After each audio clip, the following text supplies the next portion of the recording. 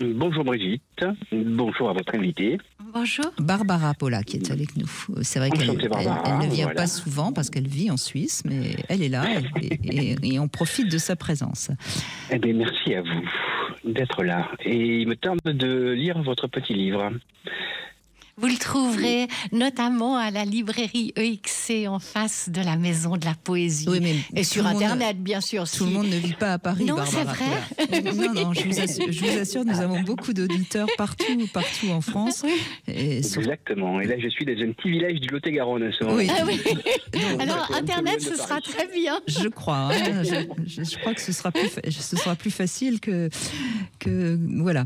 Alors, Christophe, qu'est-ce que vous nous racontez, vous ?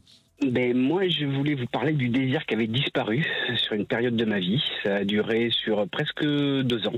Vous étiez un peu dépressif ?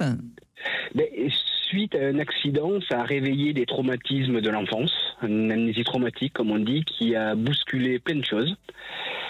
Et une forme d'état dépressif, voilà, hein, on va parler comme ça. Alors, je précise, hein, le désir n'est jamais mort, mais il s'était... endormi. Plus qu'endormi, c'était le calme plat. Oui, bien sûr. D'érection. Bien sûr. Voilà, avec mon épouse, ça fait plusieurs années qu'on est mariés. À l'époque, ça faisait ça fait 10 ans de ça que ça m'est arrivé. Ouais, donc ça faisait 15 ans. Mais plus rien du tout. Voilà, plus d'envie, plus de désir, même pas envie. Alors moi de me faire plaisir et donc de faire plaisir à l'autre. Ça a été douloureux, compliqué, alors que moi j'ai toujours eu une libido importante. Dès l'adolescence, le réveil des pulsions a été fort pour moi. Et là, ça a été pendant 1 an et demi, le calme plat. Et c'est inquiétant.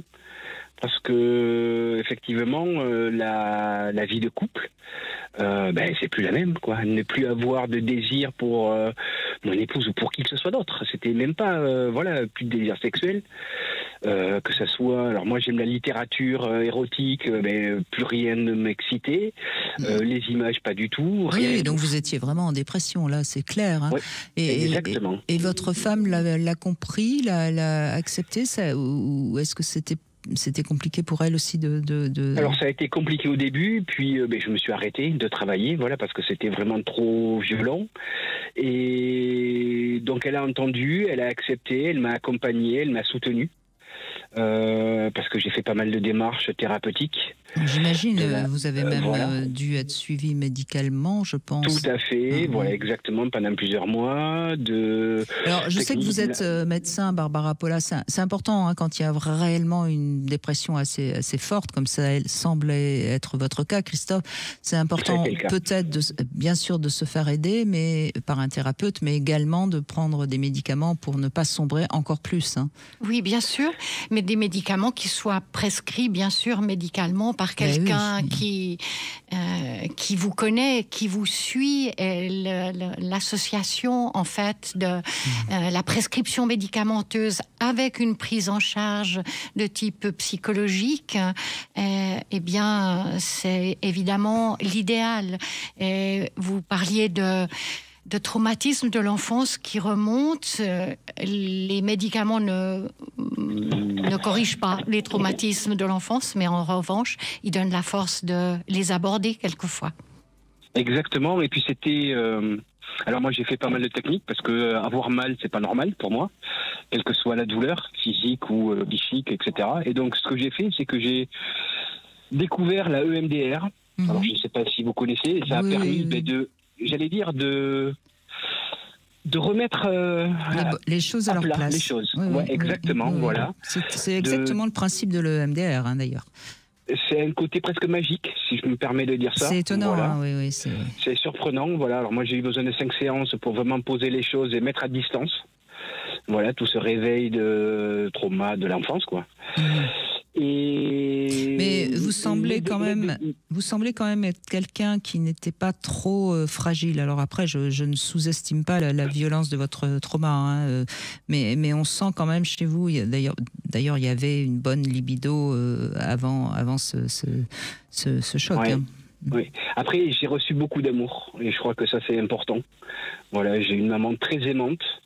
qu'il a été un peu trop à une époque, donc il a fallu que je parte pour mettre la distance. Mais cet amour que j'ai reçu enfant, voilà, et je parle d'un amour inconditionnel avec un grand A, ça a permis de me construire et de m'aider à ce que je suis aujourd'hui. Effectivement, je suis assez solide. Oui, il y a un pilier quand même fort chez vous qui certes, à un moment donné, a été un petit peu envahi par des traumatismes qui sont réveillés, que j'avais complètement occultés de ma mémoire, ils sont revenus. Et ça a vraiment entraîné quelque chose sur ma libido profondément. Après, ça m'a permis de comprendre pourquoi je préférais ça, pourquoi j'allais dans telle chose, pourquoi j'ai recherché nos limites à un moment donné dans ma vie personnelle. Et avec mon épouse, c'est là aussi où c'est important, je le dis, parce que j'étais pas tout seul.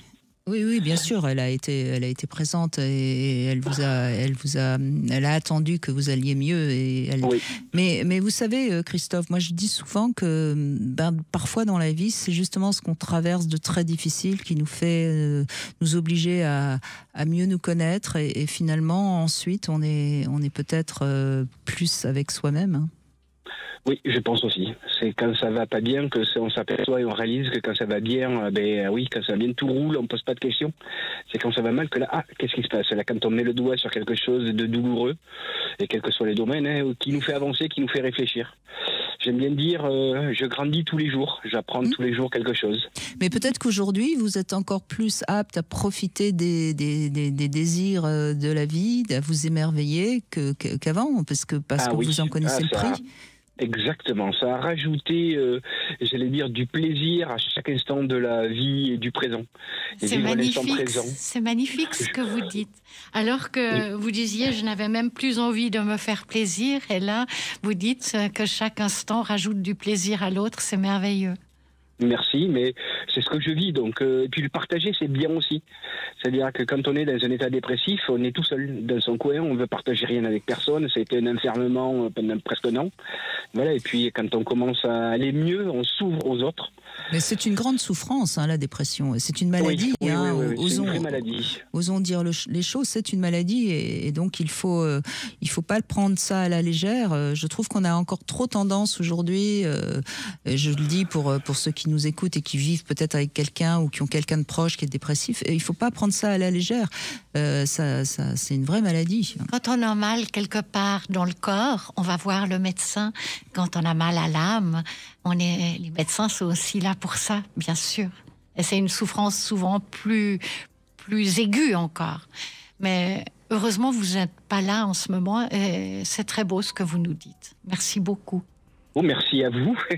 Voilà, non, je voulais juste partager ce moment-là et dire qu'à quel point la libido, le plaisir. Alors moi, je suis en couple avec mon épouse depuis 26 ans. Voilà, ça fera 27 ans dans un mois qu'on s'est embrassé pour la première fois. Il y a eu des hauts, il y a eu des bas, et ça fait partie des bas. J'adore parce que vous parlez de la première fois où vous vous êtes embrassés. Voilà de l'émerveillement. Oui, c'est... oui, mais vous auriez pu dire qu'on s'est rencontrés ou qu'on s'est mariés. Non, qu'on s'est embrassés. Ouais, c'était le 6 février 97, donc voilà. Donc, peu importe. Mais si, ça importe beaucoup. Bonne fête le 6 février. C'est bientôt. À vous et votre épouse. Oui, c'est pour ça que je dis que c'est dans quelques jours. C'est pour ça que ça me fait rire, la Saint-Valentin à côté, quelques jours après. Vous, votre Saint-Valentin, c'est le 6 février, j'ai bien compris. Exactement, voilà, c'est ça. Eh bien, écoutez, n'oubliez pas de l'embrasser ce jour-là, mais je crois que c'est pas la peine de vous le dire. Oui, je n'oublierai pas, merci beaucoup. En tout cas, je voulais vous souhaiter des meilleurs vœux pour cette année. Merci. Voilà, de belles choses à vous toutes les deux, et puis pour tous les gens que vous aimez. Et bonne lecture à vous. Merci beaucoup. Merci Christophe. On fait une petite